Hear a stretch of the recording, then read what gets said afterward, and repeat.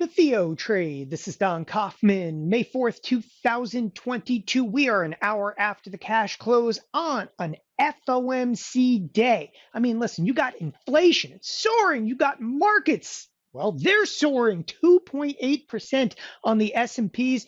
Interest rates headed to the up. Everything Fed is up today. So S&Ps, as I said, are up about 2.81%. But what you really have to take a look at in today's trading session is the overall range that we traded in, and that's all the way down from 41.44 to a staggering 4,300.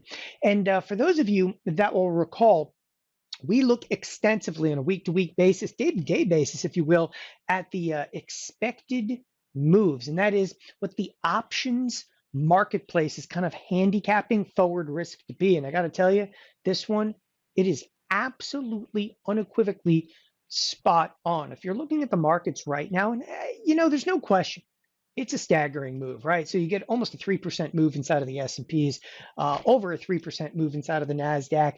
The Russell rips by the tune of 2.5%, and you look at it and you just behold, it's one of the largest moves we've seen in quite some time. And you step back from the screen for a second, you realize like what's there to recognize? This is exactly to pretty much the penny what the markets anticipated risk to be. And that's actually where I want to start this evening's kind of update. We're midway through the week, and where are we? Well, again, take a look at the SPX and that line that is on your screen. That's something I bring up in every one of the weekend updates. And that line represents basically 4,300 on the button, people. And if you take a look, we closed on 4,300 on the button. That is the upper edge of the expected move. And it's week in and week out. I keep coming in here and just saying like, hey, don't listen to me. Look at the edge of the expected move.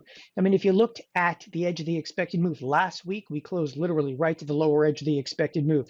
This week, boom, we're right up to the upper edge of the expected move. The week prior to it, we rode towards the lower edge of the expected move after being at the upper edge of the expected move. That's what the marketplace is lately, is just literally riding upper and lower edge of these anticipation of movement. The one thing that you have to recognize, again, so the marketplace did a phenomenal job of kind of handicapping forward risk, but time out for just a second. We still have Thursday and Friday and what's going to transpire on Thursday or Friday. And I'm actually going to give you a couple of scenarios at this point in time. So we see the markets exploding a little bit higher here. And if you're a bit surprised by that, again, as I said, the market's kind of handicapping it. The market's not going to just roll out a red carpet and simply say, well, we're going to go up this much or down this much, right? Okay, but that is exactly what it's doing.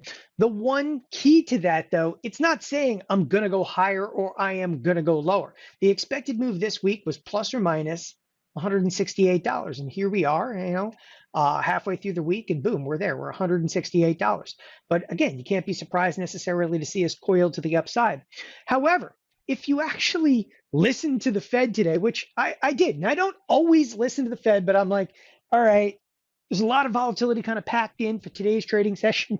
And I wanted to listen to it. And I got to tell you, listening to it and then watching the markets, it's like two totally different worlds. I mean, I don't think I've ever heard Jerome Powell that hawkish before. I'm talking about inflation. They're talking about inflation soaring, that it's literally well beyond, I mean, these are statements, well beyond significant inflation, well beyond what they had obviously projected. It's transitory.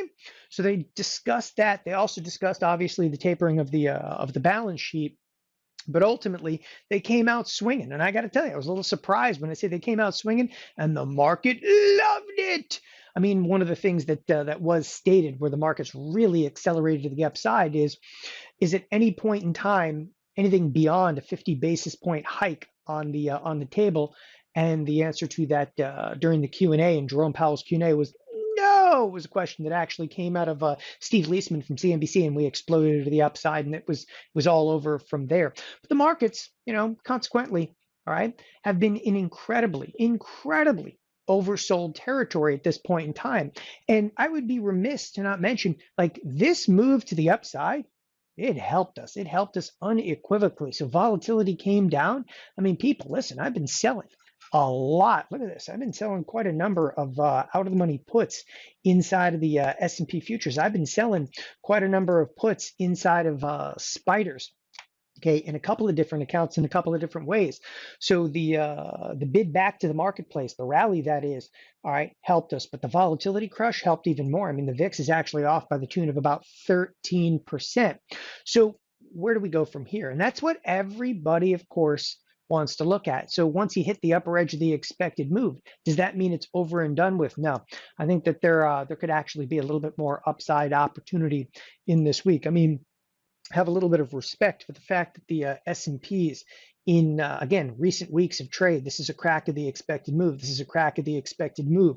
Even last week, pretty much closed just below the lower edge of the expected move. This week, I would not be surprised at all to see the S&Ps come up a little bit higher, maybe pull back again towards the latter portion of the week, specifically on Friday. I mean, again, there's only Thursday and Friday left this week, but volatility is going to dampen down a little bit. Again, volatility is going to dampen down a little bit this Thursday, Friday. Most of the times I come in here on a Wednesday and we've done nothing and I'm like, oh, watch out, there's going to be big volatility. And that's what we've seen actually in the previous few weeks of trade. Again, the previous few weeks of trade, not a lot really transpired early on the week, and then we just exploded, higher, exploded lower in the previous week. But I'll tell you right now, we already ripped. We ripped, and we may actually skirt. I mean, the highest probability here is skirting the 4,300 level inside of the S&Ps here in the near term. Nevertheless, to see us actually head just a little bit higher, again, I'd be remiss to not mention this. It's helping us. It's not hurting us. I do have unequivocally some bearish positions on presently. But again, the rally is actually going to give me relief if any of the puts that I've sold. It's going to allow me to cover those puts. And quite frankly, I'm looking at products and I'm looking at stuff like the financials. Okay. We needed this rally. We wanted this rally because I'm going to tell you right now, this is what we kind of term the ability to do bounce and fade trades, and that is some wicked sell side activity. We bounce, maybe a little follow through for a few days, maybe get to 36.50. I'm going to step in and short it again because at this point in time, for those of you that are market technicians, and I'm just not much of a market technician. I'm a much more quantitative based trader, and when I look at things like expected move and auto expected move, like we just smashed through the upper edge of the expected move. Something that's just unruly right now inside of the financials. I mean, the financials, they have not had an up week in quite some time. You got 1, 2, 3, 4, 5, this 5 straight weeks that are down, not just down, but down significantly, down towards the lower edge of the expected move. And all of a sudden, here's that, kind of recoil, we bounce back. I think it's going to be opportunistic. But I was saying, if you are a market technician, this is the kind of price action you want to see. I mean, listen, we're straight down. We're going to have a little bit of a bounce. Let's get crazy. Maybe we even head to 37. I don't care. I'm going to step in early. I'm going to do it with defined risk. I'm going to step in and possibly short those financials. Okay, that's one of again, dozens of opportunities that have opened up. I look at stuff like Apple. Why am I even bothering with Apple? A few days past the earnings announcement. Why am I picking on Apple? It's one of the most widely held products. I'll tell you exactly why I'm picking on Apple. It's only down right now, just I'll round it to about 9% year-to-date basis, where the QQQ is actually down, about 18%. The Q is in full-fledged bear market territory. And at this point in time, if the market is going to be persistent, if the market's actually going to continue to see sell-side activity, what we're going to do is we're actually going to press on stocks, okay, that are not down on a percentage basis nearly as much as, for instance, the Nasdaq. So if the Nasdaq's down, 18 or 20% and Apple's only down 9%, I think you should anticipate there's going to be sell side. If there's going to be sell side to the overall marketplace, unequivocally, you'd have to assume that Apple is going to be at the forefront of that. So to see a pop like this back up, again, I look at it as being incredibly advantageous at this point in time. There's a lot of different products out there that I've looked at, and things like, for instance, XLU, the utilities. This thing hasn't had an uptick. Okay, take a look at XLP. These are products that I have shorted and shorted recently. Okay, I shorted them, covered. We made money in the spreads. Now they're popping back up. Okay. Round 2, ding, ding, ding. I'm stepping up to the plate, and I will step up to the plate so long as this rally actually is a bit persistent. And again, thank you, Fed. It was like, the Fed just gave us the ability, right, to go out there and to buy back the puts that we sold at, well, much less. It had to happen sooner or later. Again, this is kind of what we call, that's the quintessential. It's the rip your face off rally.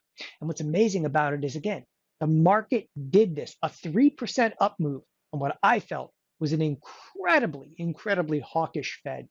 Thanks everybody for joining us here at TheoTrade. Have a wonderful evening. Bye-bye.